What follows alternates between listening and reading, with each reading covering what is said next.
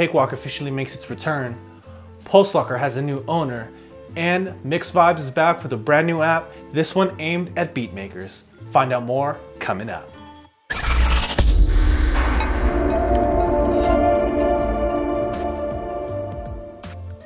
Thank you for watching PDot TV, where you'll find tips, tricks, and tutorials for DJs and music performers. Now let's get into the video. So a little while back, I reported that BandLabs had purchased the rights to Cakewalk and all of their software, and now they finally announced that Cakewalk Sonar is finally back.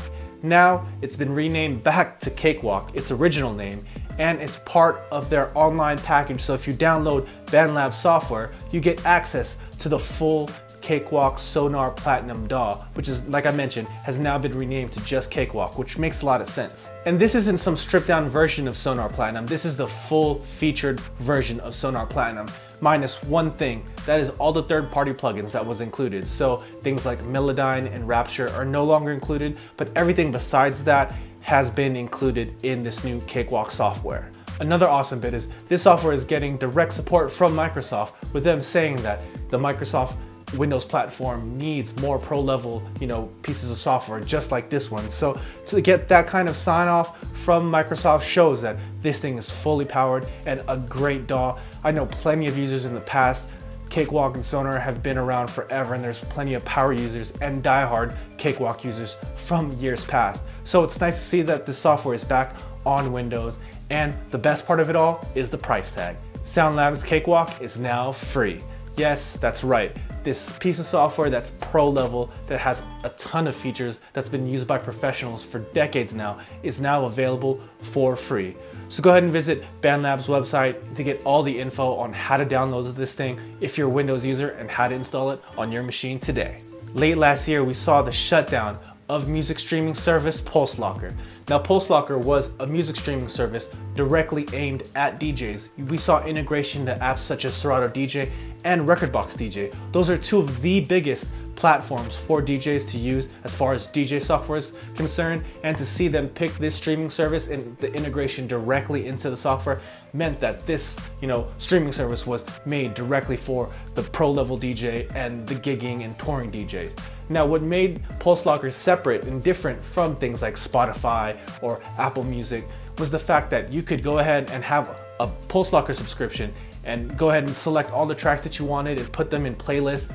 And if you were a subscriber, you could save those for offline use. So if you were at a gig but you didn't have internet access and a lot of your music was on Pulselocker, you really didn't have to worry, because all of those tracks were saved directly on your computer. As long as your subscription was active, you could get those songs offline without needing a connection to the internet, which was a major concern and was the main reason a lot of people were skeptical about having your music in the cloud. What if I don't have internet? What if the internet connection is bad? But this ability to have and save these tracks offline really made this fear go away. But unfortunately, like I mentioned last year, out of nowhere, Pulselocker seemingly just up and left and quit the whole streaming service and software game, saying they're closing their doors and the service will no longer be available. But recently, they've come under new ownership. The music platform giant Beatport has purchased the rights to all of Pulselocker's technology. Now, this could mean a few things going forward. They haven't really been, really descriptive of what they're gonna do going forward with Pulselocker's technology. But for one thing, I really don't think that they'll be reintroducing Pulselocker under the same name, because of the fact that they up and just left and closed their doors in the past. Because they up and left and closed their doors in the past so suddenly, it left a sour taste in a lot of users' mouths. A lot of DJs out there were left high and dry with tons of tracks saved in offline mode with their subscription still running, and all of a sudden in one day, all of that stuff is out and you didn't have those songs anymore. So people were left with chunks of the music library missing. But the technology is still really important and still really valuable. To think a music site like Beatport, with a giant catalog of music, having the ability to have this kind of streaming / download software and technology that's already been integrated into some of the biggest platforms, like I mentioned with Rekordbox DJ and Serato DJ Pro, it could be implemented once again. And to think having a Beatport branded service where you could get that whole library of music from Beatport and have it saved on your computer ready to use under subscription service in your favorite DJ software choice just seems like a great idea. I'm sure they're gonna go in that direction and not the direction of relaunching Pulselocker under the same name. It just makes more sense that way.